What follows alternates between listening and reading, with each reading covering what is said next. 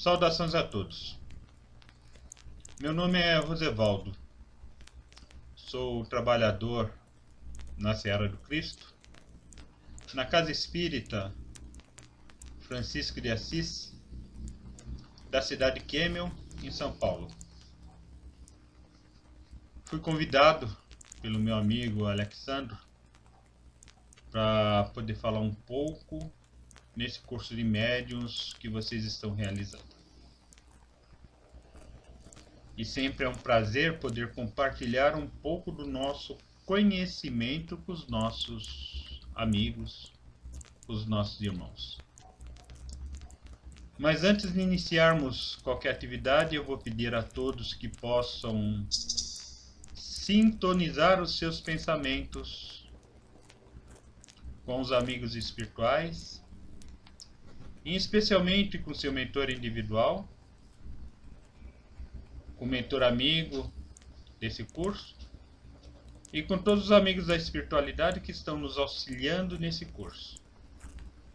E dessa forma, elevarmos os pensamentos até Jesus, nosso Mestre, para pedirmos que Ele possa nos dar a assistência necessária, o auxílio necessário, para que possamos ter a compreensão do tema aqui desenvolvido hoje.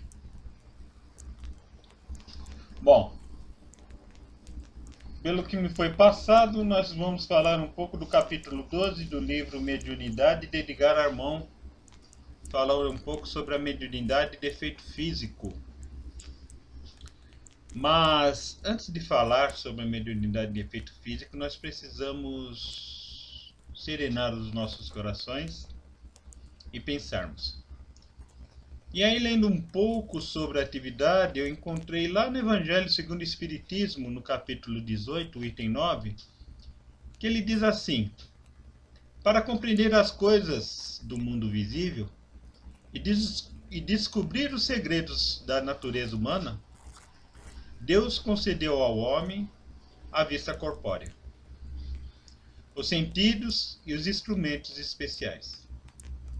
O telescópio, ele mergulha o homem no olhar das profundezas do espaço. E com o microscópio, descobriu o homem a infinita pequenez que existe. Mas para penetrar no mundo invisível, Deus concedeu ao homem a mediunidade.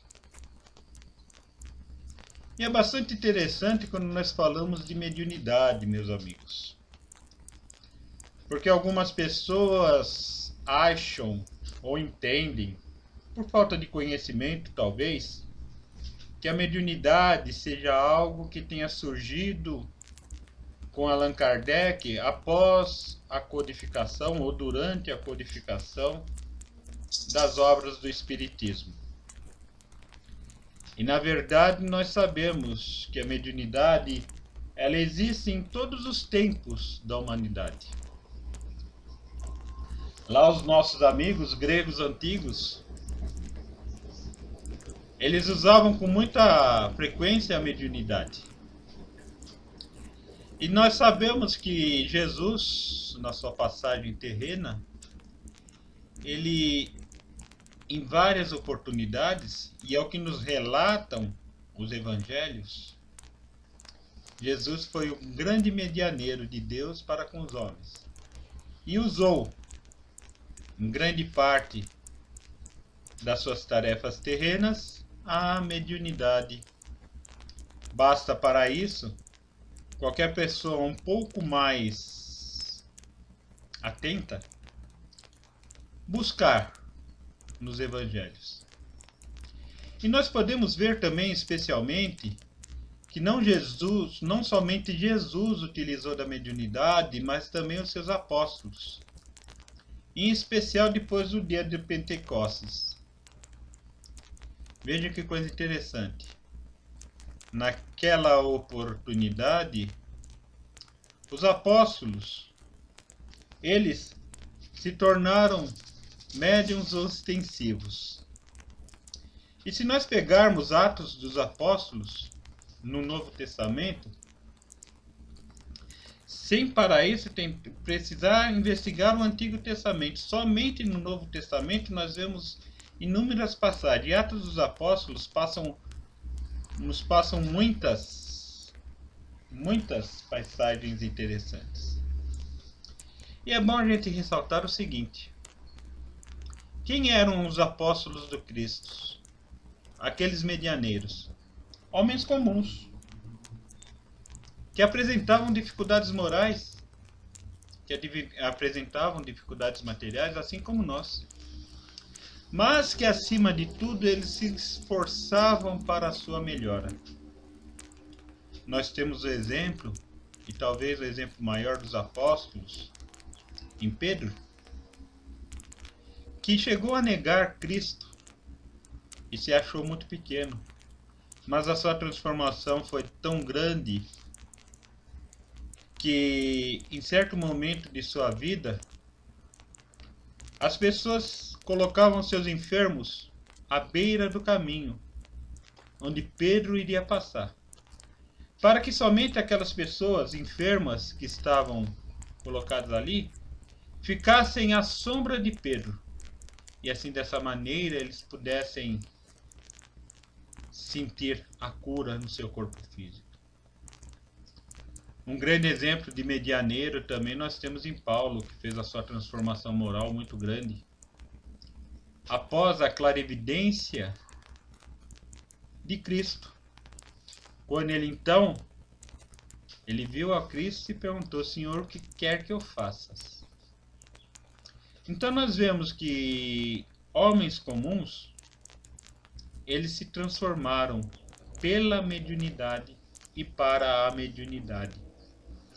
Eles buscaram transformar aquilo que eles eram em pessoas melhores, mudaram seus sentimentos para servirem de forma efetiva à mediunidade.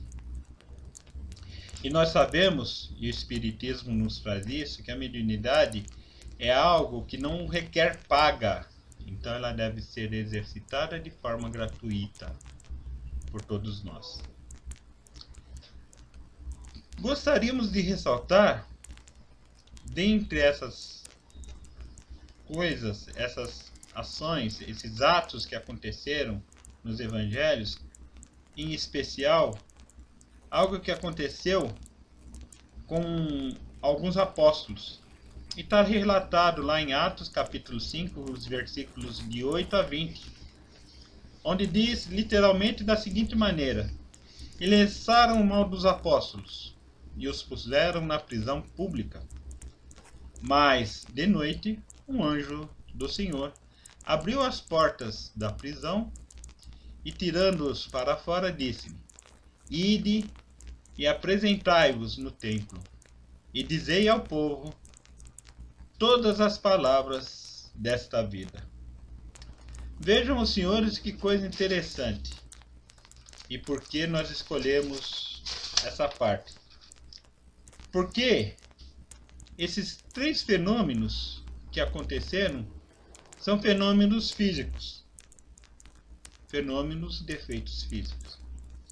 O primeiro, a abertura do portão. Ela foi feita através de um efeito físico produzido pelos espíritos. O segundo, a materialização do anjo. Ele se tornou visível àqueles que estavam ali na prisão. E a terceira, a voz direta, porque ele pôde se comunicar diretamente, sem o intermédio de um médium, com os irmãos que estavam ali. Então nós notamos, e não dá para esconder uma coisa dessa, que a mediunidade é algo muito claro nos evangelhos. A mediunidade, ela não é algo que surgiu somente com Kardec. E ela não é uma coisa condenável, como alguns dizem. Especialmente porque o próprio Cristo, que é a autoridade maior, usou da mediunidade inúmeras vezes nas curas que realizou para poder mostrar ao povo, exemplificar ao povo aquilo que ele trazia.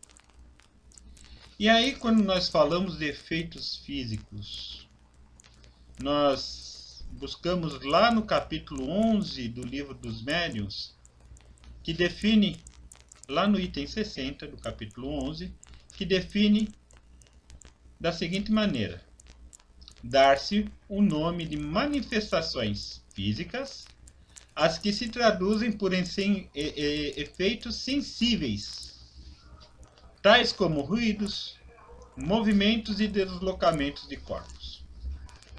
Então, efeito físico é todo aquele que acontece através de ruído, movimento e deslocamento de corpos. Se nós pegarmos na história do Espiritismo, nós vamos pegar lá no início as irmãs Fox. E não precisa ser muito detalhista, eu creio que todos nós conhecemos a história das irmãs Fox, onde elas ouviam as pancadas que aconteciam, os raps, como eram chamados ali pelos americanos então, as pancadas que aconteciam, e elas de alguma forma estabeleceram com aquele espírito que realizou todos aquelas pancadas uma forma de comunicação rudimentar, é lógico, primitiva, primária, mas eles conseguiram estabelecer uma forma de comunicação através de uma mediunidade de efeito físico. E mais tarde, lá nas mesas girantes da França, que se propagaram largamente em toda a Europa, especialmente na França, e que foi algo que chamou a atenção de Allan Kardec, quando ele então, vendo uma dessas manifestações, ele falou: algo de inteligente existe atrás disso. E as mesas que se levantavam e deixavam todas as pessoas impressionadas, mais tarde, nos auxiliaram a compreender a terceira revelação das leis divinas através do Espiritismo. Mas aí, quando nós começamos a ver essas manifestações, as batidas, as mesas flutuantes, nos começa a surgir um pensamento e uma pergunta em nossa mente que diz assim: os espíritos podem interferir no mundo material ou não? E essa interferência que nós estamos falando aqui é a interferência de forma física. E a doutrina dos espíritos, ela nos explica muito bem. E ela nos explica que os espíritos nada mais são do que pessoas como nós. Só que nós estamos na condição de espíritos encarnados. Ou seja, nós estamos portadores da carne. E os espíritos estão na condição de espíritos desencarnados. Estamos todos convivendo em um mesmo mundo. Só que o acesso nosso é pela matéria, porque nós estamos no corpo, contendo o corpo material. E os espíritos desencarnados, eles já não têm mais o corpo material. Então, faltam-lhe aos espíritos desencarnados a parte física. E é isso que os impede de se manifestarem do jeito que nós nos manifestamos no mundo material. Para que um espírito desencarnado possa se manifestar no mundo material, ele necessita de um intermediário, um medianeiro ou um médium, que é assim como nós nos conhecemos. Existem vários tipos de mediunidades. As mais conhecidas, e que nós podemos citar aqui para dar exemplo, são os médiuns escreventes ou psicógrafos. E um grande exemplo disso nós tivemos o nosso irmão Chico, que escreveu mais que 400 obras que nos trazem grandes informações do mundo espiritual. E foi através da mediunidade de Chico que André Luiz, Emmanuel e tantos outros espíritos conseguiram trazer até nós a realidade do mundo espiritual. Existem aqueles médiuns que têm a faculdade de falar, de transmitir suas mensagens através da fala. E nós temos grandes oradores. Podemos citar o exemplo de Divaldo. Divaldo é um grande orador. Ele se utiliza da sua mediunidade para transmitir excelentes palestras. E que nós não podemos negar que grandes ensinamentos nós obtemos com ele e com tantos outros médiuns que se apresentam entre nós. Então nós vemos que existem esses dois tipos de mediunidade. Mas não são com essas mediunidades que nós vamos trabalhar hoje. Nós vamos trabalhar com a mediunidade chamada de efeito físico. A mediunidade de efeito físico também é utilizado alguns médiuns. E são médiuns dotados de uma condição especial, que eles doam aos espíritos. E vejam bem, eles doam aos espíritos alguns fluidos espirituais. Esses fluidos denominados magnéticos ou perispirituais, e são fluidos que somente as pessoas encarnadas têm. Por isso, sem a utilização de um médium que possa doar os fluidos, o espírito desencarnado ele não consegue se manifestar. Agora, o fundamental que a gente deve citar aqui nessa questão é que, diferente de outras categorias de médiuns, como os psicógrafos, os falantes, o médium de efeito físico, muitas vezes ele nem sabe que ele está doando fluido para que o espírito se manifeste. Então não é uma coisa onde ele possa interferir. Às vezes, e muitas das vezes isso acontece, o médium ele não sabe que está doando energia, a energia necessária para que haja o efeito físico. E isso é uma coisa bastante interessante. Essa manifestação ela acontece muitas vezes aquém da vontade do espírito encarnado. E aí alguns vão falar assim, então quer dizer que os espíritos eles podem se manifestar através de médiuns de efeito físico na hora que eles desejarem. Não é bem assim. Não é bem dessa forma que acontece. Porque tudo que acontece está sobre a coordenação dos espíritos superiores. Então não é qualquer espírito zombeteiro que queira se manifestar que vai fazer com que uma garrafa que está colocada aqui ao meu lado ela se movimente e vá para o outro lado, causando assim estranheza, ou que alguns livros que estão colocados aqui na estante eles possam ser derrubados pela vontade do espírito. Porque senão viraríamos e estaríamos numa barbuda. Então ficaria uma situação muito difícil. E estou dizendo isso por quê? Porque nós temos que prestar bastante atenção. Muitas vezes, nós espíritos e até pessoas fora do espiritismo dizem assim, nossa, isso foi uma ação dos espíritos. Aquela batida de porta foi uma ação dos espíritos. Aqueles ruídos que estão acontecendo foi ação de espíritos. Foi ação de obsessor. Não é bem assim, gente. Primeiro nós temos que verificar tudo o que está acontecendo. Se não houve uma ação do vento. Se não é um animal que criou um determinado barulho.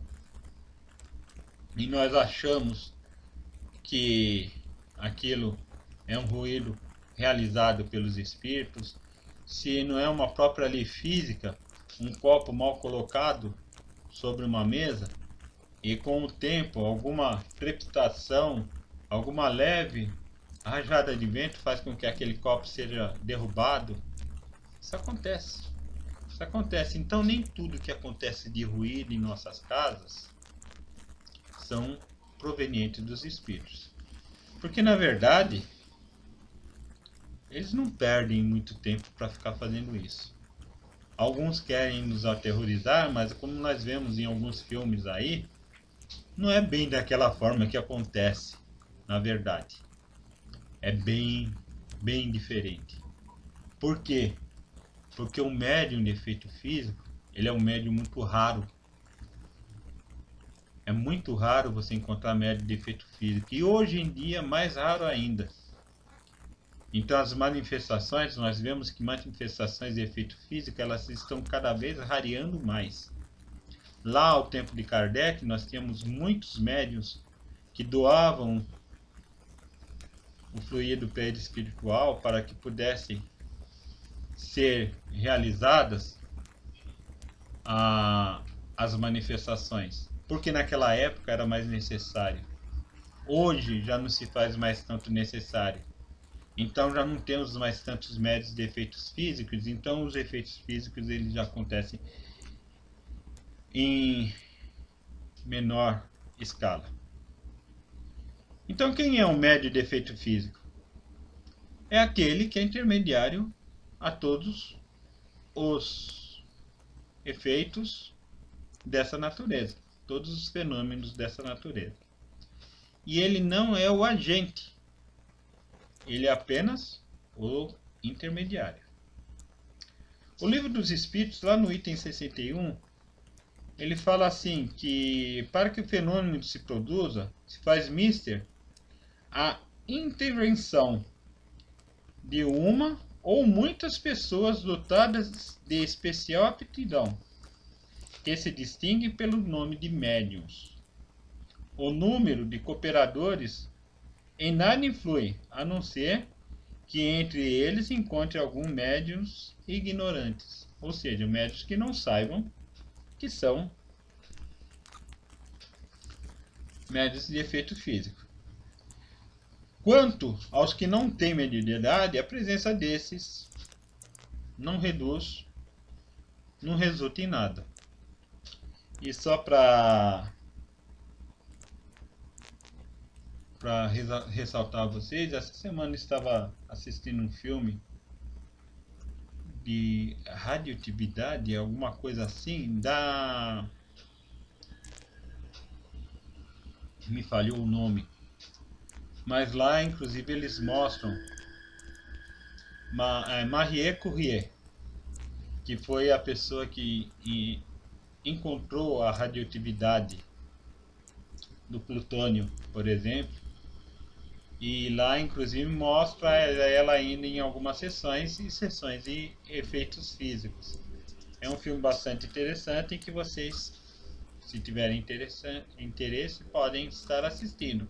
Aqueles que têm a Netflix, não estou fazendo merchan, mas aqueles que têm a Netflix podem estar assistindo. É importante a gente ressaltar também o seguinte: os espíritos eles não podem atuar por si só para realizar. Eles precisam sempre de uma combinação de fluidos. E esses fluidos eles são explicados lá no item 74 do Livro dos Espíritos, a pergunta 73 e 74 do Livro dos Espíritos. O Espírito de São Luís, ele nos explica, e eu vou de forma resumidamente falar o que é que ele nos explica. Ele diz assim, que o que anima a matéria para que ela possa ser movimentada, para que o objeto se movimenta, é o que os espíritos materializam através de uma combinação de fluido cósmico universal, fluido perispiritual do médium e fluido perispiritual do espírito. Essa combinação de espíritos agem sobre a matéria e a matéria se movimenta. segundo o espírito que está coordenando aquela ação. Então vejam vocês assim, para que uma mesa se movimente daqui para ali, você precisa do fluido cósmico universal, você precisa do fluido do médium e o fluido do espírito que está se manifestando ali. Então são espíritos de categoria mais inferiores, porque quanto mais superior o espírito, aquele fluido perispiritual dele é mais sutil. Então os espíritos superiores utilizam espíritos mais materializados para poderem fazer as manifestações. E aí ocorre a manifestação. Então não é uma coisa assim simples de acontecer, que acontece ao acaso na hora que um espírito quer, como já foi dito aqui mesmo, ele movimenta um objeto daqui para lá para assustar uma determinada ou um grupo de pessoas. Não é bem assim. Ou ele se materializa ali naquele canto assim, feito um fantasma, para que as pessoas fiquem assustadas. Para isso precisa uma combinação de fluidos. E essa combinação de fluidos não é uma coisa assim tão simples de ser realizada. Além de ter um médium, precisa de outros fatores, como foi colocados, e aqueles que desejarem podem se aprofundar nesse estudo. Vamos falar um pouco, aproveitando que nós estamos falando de efeitos físicos, alguns fenômenos que são caracterizados como alguns fenômenos que são caracterizados como efeitos físicos. A materialização, que é a aparição de objetos ou de espíritos desencarnados no meio material. O transporte, que é a entrada ou saída de objetos de um recinto que esteja fechado. A levitação, e Newton ele deve girar no caixão por causa da levitação, mas a levitação o que é? É levantar objetos ou pessoas contrariando a lei da gravidade. Mais para frente, aqui ainda hoje, nós estaremos falando um pouquinho sobre isso.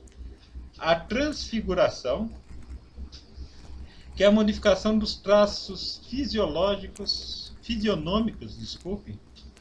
do médium. Acontece isso algumas vezes com o nosso querido médium Divaldo Pereira Franco, principalmente quando ele faz algumas transmissões do Dr. Bezerra de Menezes, o seu rosto se transfigura a ponto de algumas pessoas conseguirem enxergar Bezerra no rosto de Divaldo.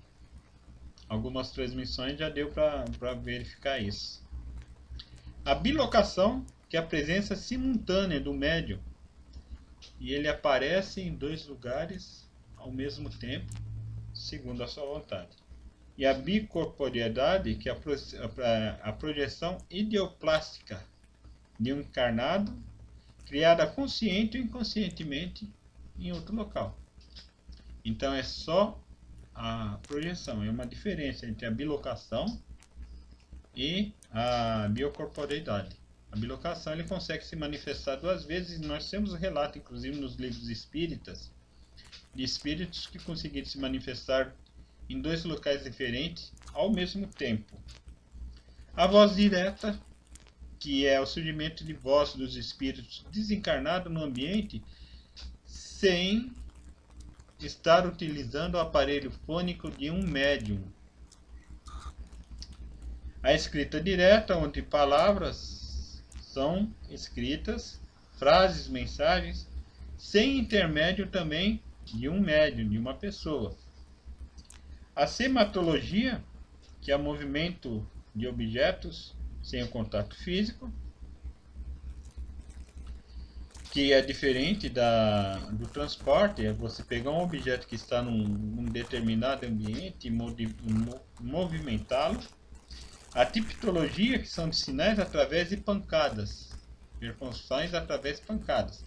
Então, de repente, eu estou aqui numa sala e começo a ter uma tipologia onde o espírito pode, através de pancadas, se comunicar comigo. É uma questão que pode acontecer. Nós não estaremos falando de todas essas mediunidades nesse momento, mas vamos falar de algumas. E vamos falar assim, especialmente da levitação primeiro. A levitação é bastante interessante, porque seria sem apoio de nada, de nenhuma das coisas, um objeto ou uma pessoa ser levitada. E isso contraria totalmente, foi como eu falei aqui alguns momentos atrás, a lei de Newton. Eu falei que Newton deve girar no caixão cada vez que ele vê ou ouve falar em levitação. Porque a lei da gravitação universal, ela nos diz assim, que todos os corpos são atraídos para a Terra em razão da sua massa. E olha que coisa interessante. Todos os corpos são atraídos para a Terra em razão da sua massa. Então, todo corpo que possui uma massa, ele é atraído para a Terra. Ou seja, para explicar, se eu pegar uma caneta aqui na minha mão agora, levantar ela numa certa altura e soltar, a caneta ela não vai ficar gravitando. Ela não vai ficar no ar. Ela vai ser atraída para a Terra. Então ela vai em direção à Terra. Ela não vai subir, ela não vai para a lateral, ela vai para a Terra. A mesma coisa nós. Se nós estamos caminhando e tropicamos, o que acontece? A massa do nosso corpo vai fazer com que o nosso corpo, quando ela perde o centro de massa dele, o centro de massa se desloca e nós caímos. Isso é por causa da lei da gravidade. Porque a massa, o centro de massa do nosso corpo, que está aqui, localizado no centro do corpo, ele se desloca. E quando ele se desloca, esse centro de corpo faz com que o corpo caia. Então tudo é explicado pela física. A física explica de forma bem fácil, através da lei da gravitação, isso. Aí alguns vão dizer assim: ah, mas se eu soltar uma pena, ela fica ali levitando, levitando, e ela vai caindo devagar. Mas ela vai descer também. Como a massa de ar que está abaixo dela é bastante pesada, ela faz com que aquilo vá descendo de forma diferente, porque a massa do corpo é menor do que a massa de ar que está abaixo dela. E também, só para citar curiosamente para vocês, é uma coisa diferente do que acontece com os aviões, por exemplo. Os aviões, o que você faz? As asas elas são projetadas de uma determinada forma, com que faz com que a coluna de ar que esteja embaixo da asa seja maior que a coluna de ar que está em cima da asa, e assim ele possa alçar o voo. Não tem nada a ver com a lei de gravidade. Já é uma outra situação. Porque se chegar lá em cima e perder a potência dos motores que estão impulsionando para que essa quantidade de ar que está embaixo seja maior do que a quantidade de ar que está em cima, o que vai acontecer com o avião? E também aí a lei da gravidade vai agir e esse avião vai cair e algumas vidas serão perdidas com isso. Então dá para entender bem o que é a levitação. Nós temos em alguns livros fotos e nós temos alguns médios que conseguiam se levitar facilmente. E Palhano Júnior, ele fala pra gente assim: o ato ou efeito de levitar, fenômeno psíquico, anímico ou mediúnico, no qual a pessoa ou coisa ergue-se acima do chão, solo, sem uma razão visível, apenas devido à força mental de um encarnado ou um desencarnado, que movimenta fluidos ectoplasmáticos capazes de produzir uma alavanca psíquica suficiente forte para vencer a força da gravidade. Então veja bem, aqui está bem explicado o que é isso. E aí nós passamos para a mediunidade de transporte. A mediunidade de transporte, E eu sempre brinco quando eu falo em mediunidade de transportes, que às vezes nós temos alguns médios na casa que falam assim: eu sou médio de transporte, eu transporto as coisas daqui para lá. Se precisa alguém ser levado em algum canto, eu a transporto. Muito boa a ação desse nosso irmão que faz isso, porque é muito necessário, mas essa não é a mediunidade de transporte que nós podemos falar. A mediunidade de transporte é quando um objeto ele se torna tangível em um local e onde ele não estava. Por exemplo, nós estamos dentro de uma sessão mediúnica e de repente se materializa sobre a mesa uma flor. Alguns espíritos transportaram aquela flor até lá e ela foi materializada ali. Ok?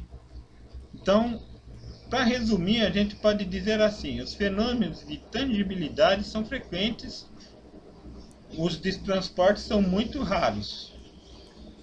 Porém, as condições para a sua produção são bastante difíceis. Em consequência,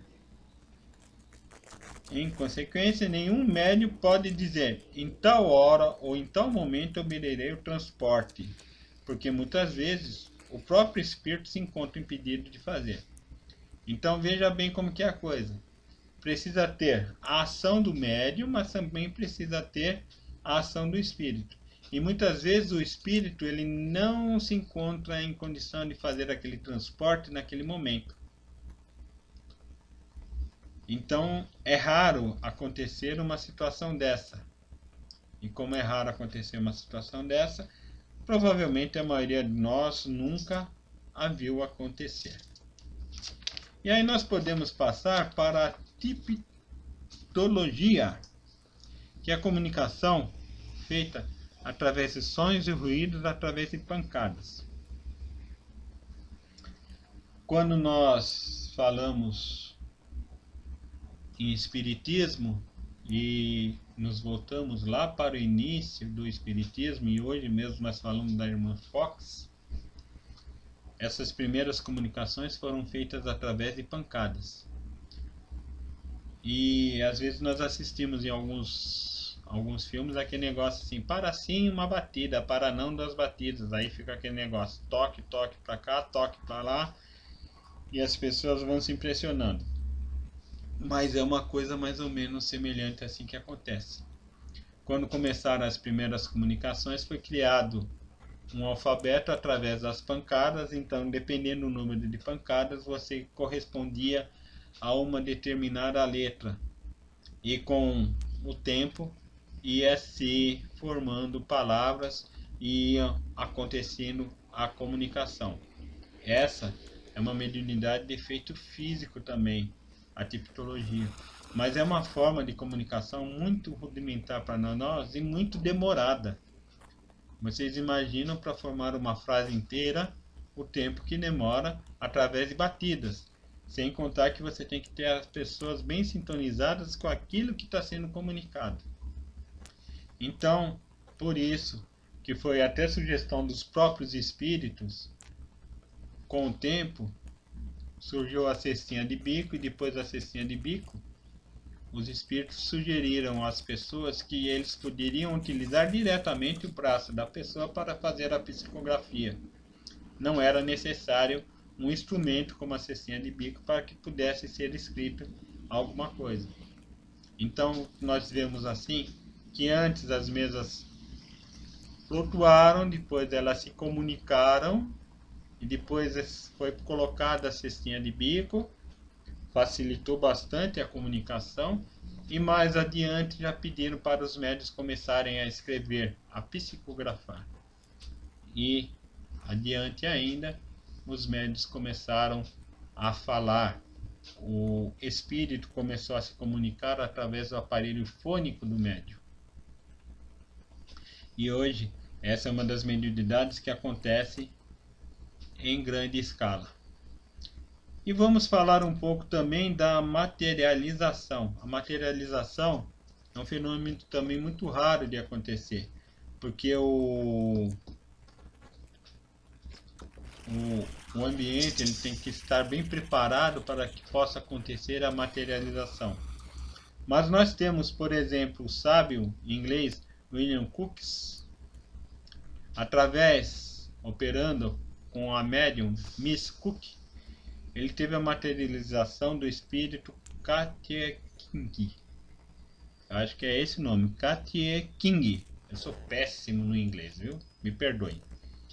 E nessa materialização ele pôde inclusive aferir altura, peso e algumas questões bastante interessantes. Essa imagem, ela inclusive existe no livro Entendendo o Espiritismo, da editora Aliança. Na contracapa, na contracapa do livro, tem a materialização, uma foto da materialização desse espírito. Então, se alguém quiser se aprofundar nisso, também é bastante interessante. E é interessante que, para que haja a materialização de espírito, é necessário o ectoplasma. O ectoplasma, ele é formado, ele é elaborado dentro do duplo etéreo do médium. Então você precisa ter um médium que doe ectoplasma. Aqueles que pesquisam a mediunidade muitas vezes já viram algumas fotos onde uma gosma branca está saindo pela boca, pelo nariz de alguns médiuns. E é essa gosma branca que é utilizada para que possa ocorrer a materialização. Agora, como que é formado isso aí? Ele é formado através do chakra esplênico e gástrico do médium. E nesse chakra, o ectoplasma humano, presente no duplo etéreo do médium, ele é misturado com outros elementos, que são os elementos da natureza, e é formado o ectoplasma. Esse ectoplasma ele passa através dos lados fluídicos do duplo etéreo para o aparelho físico do médium. E quando ele passa para o aparelho físico do médium, através do gástrico, ele é externado através da boca e do nariz, como foi dito aqui. Esse ectoplasma ele fica próximo ao médium. E o espírito, através do seu perispírito, ele adentra dentro desse material e, como se ele estivesse dentro de um escafandro, ele molda esse material e consegue se materializar e ficar visível às pessoas que estão no ambiente. Então nós vemos que não é uma questão de clarividência, de médios clarividentes que veem o espírito. Não é essa a questão.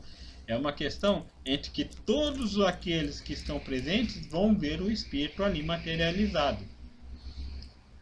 E é essa questão que nós precisamos ter bem claro. Ele se utiliza do ectoplasma doado pelo médium e consegue a sua materialização.